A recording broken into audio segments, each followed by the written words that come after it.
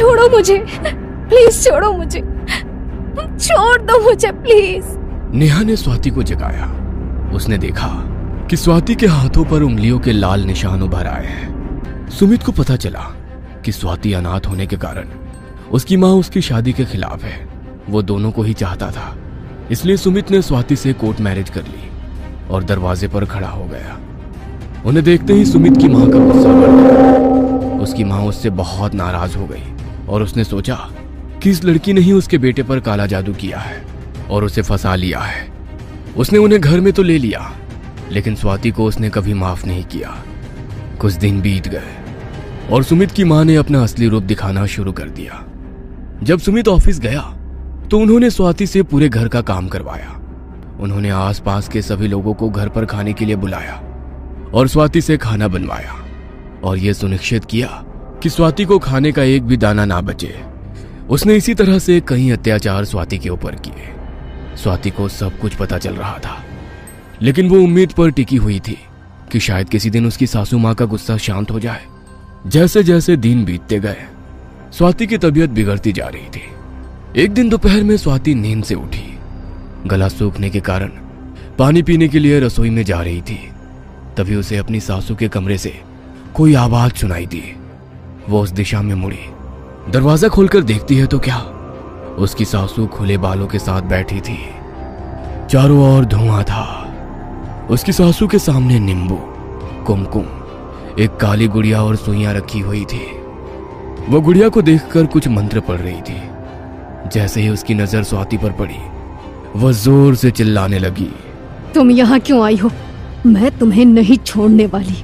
और जोर जोर से हंसने लगी। ये सब देखकर स्वाति अपने कमरे में भाग गई। उसने दरवाजा अंदर से बंद कर लिया और सुमित को फोन करके उसे जल्दी घर बुला लिया। सुमित घर आया तो स्वाति अपने कमरे में ही थी। सुमित ने दरवाजा खटखटाते हुए अपनी माँ से पूछा, माँ, स्वाति को क्या हुआ? उसने मुझे जल्दी घर आने के लिए क्यों कहा? मुझे नहीं पता, मैं पड़ोस में थी। जब मैं घर आई तो वो तब से अंदर ही है।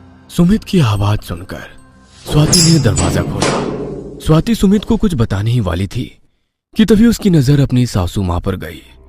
अपनी सासू की बड़ी बड़ी आंखें देखकर स्वाति कुछ नहीं बोल सकी। उस तनाव से वो बेहोश हो गई। जब वो होश में आई तो वो दूसरे घर में रहने की जिद करने लगी। स्वाति की जिद की वजह से दोनों दूसरे घर में रहने लग गए। कुछ महीनों बाद सुमित को फोन आया कि उसकी माँ की तबीयत ठीक नहीं है। सुमित और स्वाति माँ को देखने के लिए घर गए। उनकी तबीयत बहुत खराब हो गई थी, इसलिए सुमित और स्वाति ने वहीं रुकने का फैसला किया और वहीं रहने लग गए। 3 दिनों में ही सुमित की माँ का देहांत हो गया। 13वें दिन बाद सभी अंतिम संस्कार की रस्में पूरी करके सुमित ऑफिस में ज्वाइन हो गया। स्वाति भी घर के सारे काम करके सोने के लिए अपने कमरे में चली गई। किताब पढ़ते पढ़ते कब उसकी आंख लग गई उसे पता ही नहीं चला। जब वो जागी तो चारों ओर अंधेरा था। उसे लगा कि लाइट चली गई है, इसलिए उसने मोबाइल का टॉर्च ऑन करके मोमबत्ती ढूंढने के लिए रसोई में जाकर देखा तो उसे अपनी सासू के कमरे से आवाजें आने लगी। ये क्या आवाज है, ये देखने के लिए वो वहां गई। कमरे का दरवाजा खोला तो उसकी सास खुले बालों के साथ कोई मंत्र जाप कर रही थी। स्वाति वहां से भाग गई और अपने कमरे में आ गई। उसने दरवाजा अंदर से बंद कर लिया। सामने की खिड़की से उसे अपनी सासू दिखाई दी। खिड़की से हाथ अंदर डालकर वो बोलने लगी, तूने मेरे बेटे को मुझसे दूर कर दिया, अब मैं भी तुमसे तेरा बेटा दूर करने वाली हूँ। वह स्वाति को पकड़ने ही वाली थी कि इतने में सुमित की आवाज से स्वाति को होश आया। उसे डर डर कर पसीना आ रहा था और वो डरी हुई दिख रही थी। उसके माथे से पसीना बह रहा था और वो घबराई हुई दिख रही थी। स्वाति ने सुमित से पूछा, तुम यहाँ कैसे? इतनी जल्दी ऑफिस से आ गए? मैं बताता हूँ, पहले तुम मुझे ये बताओ कि तुम इतनी घबराई हुई क्यों हो? मुझे बहुत भयानक सपना आया था। सुमित ने बगल में रखी किताब उठाते हुए कहा, हॉरर स्टोरीज वाली किताब पढ़ोगी तो क्या होगा? और मैडम, आपकी जानकारी के लिए बता दूं, शाम के 8 बज चुके हैं। मैं ऑफिस से आया तो हर तरफ अंधेरा था। मैंने लाइट जलाई तो देखा कि तुम गहरी नींद में सो रही थी। मुझे इतनी गहरी नींद कैसे आ गई? आएगी ही, कारण ही कुछ ऐसा है। आज मुझे हमारे फैमिली डॉक्टर का फोन आया था। उन्होंने बताया कि तुम्हारी प्रेगनेंसी रिपोर्ट पॉजिटिव है। दोनों को बहुत खुशी हुई। अगले दिन स्वाति दोपहर में सो रही थी और उसे वही सपना फिर आया। वो उसी कमरे में थी। वह हाथ उसके गर्दन तक पहुंचने ही वाला था कि दरवाजे की घंटी बजी और वो जाग गई। अब स्वाति और भी ज्यादा डर गई थी। उसने दरवाजा खोला तो वहां कुरियर वाला था। कुरियर लेकर उसने दरवाजा बंद कर दिया। स्वाति ने फैसला किया कि अब वो दोपहर में नहीं सोएगी और उस समय वो गार्डन में काम करने लगी। एक दिन सुमित की दोस्त नेहा उसके घर उससे मिलने आई। ये जानकर कि वो योग और ध्यान सिखाती है, सुमित ने स्वाति को नेहा से योग और ध्यान सीखने के लिए जाने को कहा। सुमित के कहने पर स्वाति नेहा के पास जाने के लिए तैयार हो गई। एक दिन जब स्वाति नेहा के साथ ध्यान कर रही थी, उसे तंद्री लग गई। उसे फिर वही सपना आया। इस बार उस हाथ ने स्वाति का हाथ पकड़ लिया था। स्वाति ध्यानस्थ अवस्था में चिल्ला रही थी, छोड़ो मुझे, प्लीज छोड़ो मुझे, छोड़ दो मुझे प्लीज। नेहा ने स्वाति को जगाया। उसने देखा कि स्वाति के हाथों पर उंगलियों के लाल निशान उभर आए हैं। नेहा के पूछने पर स्वाति ने उसे सब कुछ बता दिया। नेहा ने सुमित को फोन करके बुलाया और स्वाति को उससे सब कुछ बताने के लिए कहा। सुमित ने फैसला किया कि अब वे उस घर में नहीं रहेंगे, लेकिन उन्हें उस घर से अपना सामान लाना था। सुमित, स्वाति और नेहा तीनों सामान लाने के लिए आखिरी बार उस घर में गए। नेहा घर के बाहर गाड़ी में बैठी थी। सुमित और स्वाति घर में आए और अपना सामान इकट्ठा करने लगे। सुमित ने अपनी मां की फोटो को आखिरी बार नमस्कार किया। बैग भरकर दोनों घर से बाहर निकलने ही वाले थे कि स्वाति को याद आया कि उसकी पर्स उसके कमरे में ही रह गई है। स्वाति ने सुमित से कहा, सुमित तुम बैग लेकर बाहर जाओ, मैं जल्दी से अपना पर्स लेकर आती हूँ। स्वाति के कहने पर सुमित बैग लेकर बाहर गया और कार की डिग्गी में बैग रखने लगा। नेहा सुमित से स्वाति के बारे में पूछने ही वाली थी कि उन्हें स्वाति के चीखने की आवाज सुनाई दी। वे दोनों स्वाति की दिशा में भागे। स्वाति घर में हवा में लटक रही थी। अचानक एक अदृश्य शक्ति ने स्वाति को एक कमरे में खींच लिया। सुमित और नेहा स्वाति की दिशा में भागे, लेकिन घर के दरवाजे और खिड़कियां अपने आप ही बंद हो गई और अचानक से घर के सभी दरवाजे और खिड़कियां अदृश्य हो गए, जैसे कि उस घर में कभी दरवाजे और खिड़कियां थी ही नहीं। इस सब घटनाक्रम में एक सवाल तो रहता ही है, स्वाति को क्या हुआ? एक प्रसिद्ध लेखक था। उसकी कलम से अनेक मनमोहक कहानियों का जन्म हुआ था, लेकिन इन दिनों वो एक अजीब मुसीबत से जूझ रहा था। पिछले कुछ महीनों से उसका दिमाग मानो क्रिएटिविटी से खाली हो गया था। कोई नई कहानी, कोई नया विचार, कुछ भी उसके मन में नहीं आ रहा था। यह स्थिति उसके लिए बेहद निराशाजनक थी। वह दिन रात इसी चिंता में डूबा रहता था कि कहीं उसकी लेखन कला हमेशा के लिए खत्म ना हो जाए। इसी चिंता में एक दिन उसने अपने एक मित्र से अपनी समस्या बताई। उसके मित्र ने उसे सलाह दी कि शायद माहौल बदलने से कुछ उसे नया सोच सके। मित्र की बात सुनकर चेतन को अपने बचपन का गांव याद आ गया, जहां उसका जन्म हुआ था और जहां उसने अपने जीवन के शुरुआती साल बिताए थे। चेतन के परिवार में जब वो छोटा था तभी गांव छोड़कर शहर में आवास बना लिया था। तब से वो कभी गांव नहीं गया था, लेकिन उसके पिताजी ने अपने अंतिम समय में गांव के घर की चाबियां चेतन को सौंप दी थी। मित्र की सलाह और पिताजी की दी हुई चाबियों ने चेतन के मन में एक विचार पैदा किया। उसने सोचा कि क्यों ना कुछ समय के लिए वो गांव चला जाए और शांत वातावरण में रहकर नई कहानी ढूंढने का प्रयास करे। चेतन ने तुरंत गांव जाने का फैसला किया। चेतन करीब शाम के 8 बजे बस से अपने गांव के बस स्टैंड पर उतरा। घर पहुंचने के लिए उसे और आधे घंटे का रास्ता तय करना था। वो अपनी बैग लेकर चल पड़ा। थोड़ी दूर आने के बाद सड़क के किनारे एक बूढ़ी औरत रोती हुई खड़ी थी, जिसका चेहरा और शरीर मानो बुरी तरह से जला हुआ था। वह चेतन को मदद के लिए पुकारने लगी। मेरी मदद करो। चेतन उसके पास जाने के लिए निकला तो वो औरत जोर जोर से हंसने लगी और वहां से गायब हो गई। चेतन ये दृश्य देखकर भयभीत हुआ, लेकिन उसने सोचा कि ये उसका वहम होगा और अपने रास्ते चलने लगा। थोड़ी दूर आने पर चेतन को एक औरत अपने 2 बच्चों के साथ दिखाई दी। वो उन बच्चों को वहां से भाग जाने के लिए कह रही थी। देखो वो आ रहा है, जल्दी करो, भागो यहाँ से। देखो वो आ रहा है, जल्दी करो, भागो यहाँ से, भागो जल्दी, नहीं तो वो तुम्हें जिंदा नहीं छोड़ेगा। चेतन ने सोचा शायद कोई पागल औरत है।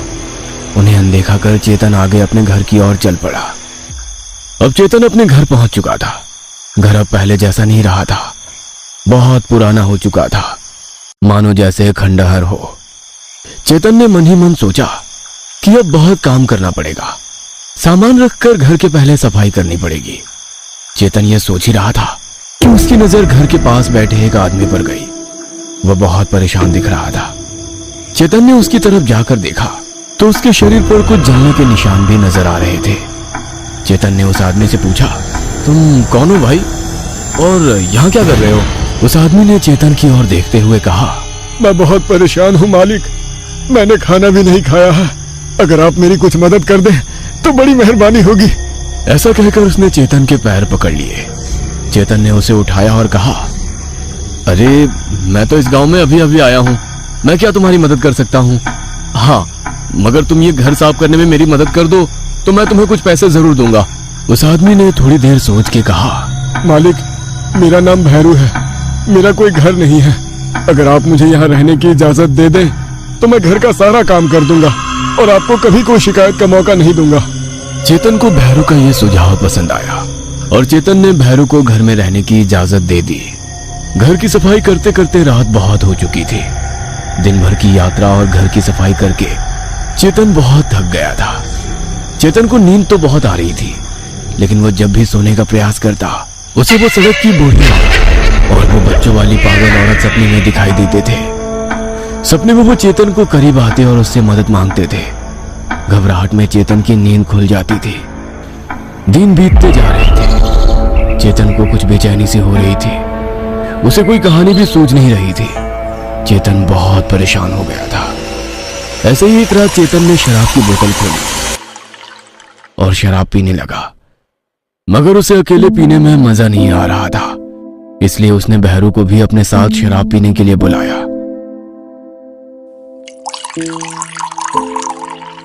चेतन को देखकर भैरू ने पूछा, मालिक आप कुछ परेशान लग रहे हैं, क्या बात है, क्या मैं आपकी कोई मदद कर सकता हूँ? तुम मेरी क्या मदद करोगे भैरू, यहां मैं अपनी खुद मदद नहीं कर पा रहा हूं। फिर भी मालिक बताकर तो देखिए, शायद मैं आपके कुछ काम आ सकूं। भैरू मैं एक लेखक हूं, बहुत महीने हुए मुझे कोई भी अच्छी कहानी सूझ नहीं रही, इसलिए मैं यहाँ आया हूं कि यहाँ आकर शायद कोई अच्छी कहानी सूझ जाए, मगर यहाँ भी वही हाल है। मालिक मैं आपको मेरी कहानी सुनाऊं, शायद आपको कुछ मदद मिले। तुम्हारी कहानी? नहीं भैरू, मुझे ऐसी कोई भी बनाई हुई कहानी नहीं चाहिए, कुछ ओरिजिनल हो तो मजा आ जाए। बनाई हुई नहीं मालिक, ये मेरी अपनी कहानी है। तुम्हारी कहानी? ऐसी क्या खास बात है तुम्हारी कहानी में? मालिक सुनने के बाद आप ही फैसला कीजिए खास है कि नहीं। चेतन ने सोचा, चलो कुछ नहीं तो टाइम पास तो हो ही जाएगा। अच्छा ठीक है, चलो सुनाओ तुम्हारी कहानी। मालिक मेरी इस कहानी में 3 एकड़ जमीन थी। जमीन में सोने की तरह अनाज उगता था। मैंने खेत के बीचों बीच मेरा घर बनाया था। मैं मेरे परिवार के साथ अपने घर में हंसी खुशी रहता था। मेरे परिवार में मेरी बूढ़ी माँ, मेरी बीवी, मैं और मेरे 2 बच्चे रहते थे। मगर ना जाने किसकी बुरी नजर लग गई। एक साल बारिश बहुत कम हुई, इस कारण फसल भी अच्छी नहीं आई। उस साल बहुत नुकसान हुआ, दिन के खर्चे उठाने में भी दिक्कत होने लगी। मैंने साहूकार से कर्जा उठाया, यह सोचकर कि कम से कम अगली फसल तक घर का खर्चा निकल जाए। कर्जा उतारने के लिए साहूकार ने साल भर की मुद्दत दी। 6 महीने हंसी खुशी से गुजर गए, मगर 7वें महीने में साहूकार घर आ पहुंचा और मुझसे मेरी जमीन बेचने की बात करने लगा। मैंने साफ मना कर दिया और उनसे कहा कि मैं साल खत्म होने तक उसके पैसे पूरे चुका दूंगा। मगर साहूकार की नजर मेरी जमीन पर थी। उसने ब्याज बढ़ाकर कर्जे की इतनी कीमत लगाई कि मेरी अगली 2 पीढ़ियां भी कर्जा उतार नहीं सकती थी। एक दिन मेरी बीवी के आग्रह से मैं साहूकार के घर उससे जवाब मांगने के लिए चला गया। तब साहूकार के नौकरों ने मुझे बहुत मारा, मैं बेहोश हो गया। जब मेरी आंख खुली तब मैं अपने खेत में पड़ा था। मेरे सामने मेरा घर आग से लिपटा हुआ था और मेरी बीवी, बच्चे और मेरी बूढ़ी माँ मुझे अंदर से मदद के लिए पुकार रहे थे। मैं तुरंत उठकर उन्हें बचाने के लिए उनकी ओर भागा, मगर दरवाजे पर ताला लगा हुआ था।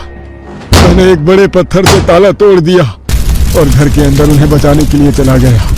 बस भैरू बस, अब आगे नहीं सुना जाता। क्या इसीलिए तुम्हारे शरीर पर जलने के निशान है? जी हाँ मालिक। चेतन ने अपने शराब का गिलास खत्म किया और सोने के लिए अंदर अपने कमरे में चला गया। दूसरे दिन चेतन उठा और भैरू को आवाज देने लगा। चेतन की आवाज सुनकर भैरू बाहर आ गया। जी मालिक, आपने मुझे बुलाया? हाँ भैरू, मुझे तुम्हारी कहानी सुनकर एक बड़ी अच्छी कहानी सूझी है। तुम्हारा बहुत बहुत शुक्रिया। अब मैं कहानी लिखने के लिए बैठ रहा हूँ, मुझे बिल्कुल भी डिस्टर्ब मत करना। मैं बुलाऊं तभी आना। भैरू ने सकारात्मकता से सिर हिलाया। भैरू ने चेतन के खाने पीने की सब व्यवस्था की और वो वहां से चला गया। चेतन कहानी लिखने में इतना व्यस्त हो गया था कि उसे न दिन का पता था और न रात की खबर। ऐसे ही 3 दिन बीत गए। चेतन अभी कहानी के अंत तक पहुंचा था, मगर उसे कहानी का अंत कैसे करे ये सोच नहीं रहा था। बहुत सोचने के बाद उसने भैरू को आवाज लगाई। अब भैरू, मुझे कहानी का अंत सूझ नहीं रहा है। तुम बताओ, तुमने अपने परिवार को कैसे बचाया और उसके बाद तुम लोगों ने क्या क्या किया? मालिक, मैं तो बता रहा था मगर आपने ही मुझे रोक दिया। हाँ भैरू, सॉरी, मगर मैं अब सुनना चाहता हूँ कि आगे क्या हुआ। मैं बता तो दूंगा मालिक, मगर क्या आप सुन पाओगे? हाँ, सुन सकता हूँ। अब पहेलियां ना बुझाओ, मुझे बता दो आगे क्या हुआ। मैं ताला तोड़कर घर के अंदर चला गया। मुझे देखकर सब लोग मुझसे लिपट गए। उन सबको लेकर मैं बाहर निकल ही रहा था कि घर के बाहर साहूकार खड़ा दिखाई दिया। उसने दरवाजा बाहर से बंद कर दिया। हम सब अंदर से मदद के लिए चीखते चिल्लाते रहे, मगर उसे हम पर दया नहीं आई और हम सब आग में जलकर भस्म हो गए। जलकर भस्म हो गए? ये क्या बोल रहे हो? अगर तुम उस आग में जलकर मर गए हो तो मेरे सामने कैसे खड़े हो? मालिक, सिर्फ मैं ही नहीं, मेरा पूरा परिवार यहाँ है। वो देखो। इतना बोलकर भैरू जोर जोर से हंसने लगा। चेतन ने नजर घुमाई तो वो सब लोग वही थे जो उसके सपने में उसे दिखाई दे रहे थे। चेतन बहुत घबरा गया और वो घर से बाहर भागने लगा। इतने में घर के सभी दरवाजे अपने आप बंद हो गए। चेतन ने मदद के लिए खिड़की खोली तो भैरू उसके परिवार के साथ बाहर खड़ा हुआ हंस रहा था। चेतन रोते हुए डरकर भैरू से बोला, भैरू, प्लीज प्लीज मुझे जाने दो। मेरी क्या गलती है? मैंने तुम्हारा क्या बिगाड़ा है? प्लीज मुझे जाने दो। मालिक, मैंने जो आपको अपनी कहानी सुनाई उसके साहूकार आपके दादाजी थे और ये जमीन जिस पर ये घर बना है वो मेरी है। मैं अपनी जमीन किसी को नहीं दूंगा। इतना कहकर भैरू और उसका परिवार चेतन को गुस्से से देखने लगा और देखते ही देखते चेतन का पूरा घर जलने लगा।